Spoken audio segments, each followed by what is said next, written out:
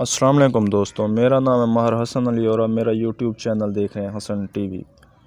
دوستو، گریس اور فرانس کے درمیان 18 رافیل طیاروں کی ڈیل۔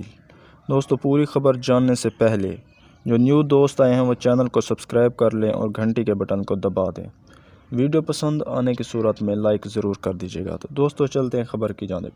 دوستو، گریس اور فرانس کے درمیان 18 رافیل طیاروں کی ڈیل ہونے والی ہے، جس کے لیے فرانس کے وزیر دفاع گریس کے دارالحکومت ایتھنز پہنچ گئے ہیں۔ فرانس کے وزیر دفاع ڈیل پر دستخط کریں گے۔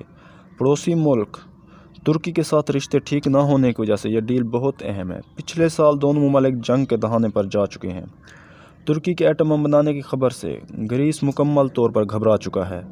ترکی کے قہر سے بچنے کے لیے کبھی گریس فرانس کے آگے گڑ گڑاتا ہے، کبھی بھارت سے مدد کی بات کرتا ہے۔ 18 طیارے جو فرانس دے گا، جن میں 12 استعمال شدہ یا مطلب پرانے ہوں گے اور 6 نیو طیارے فراہم کرے گا۔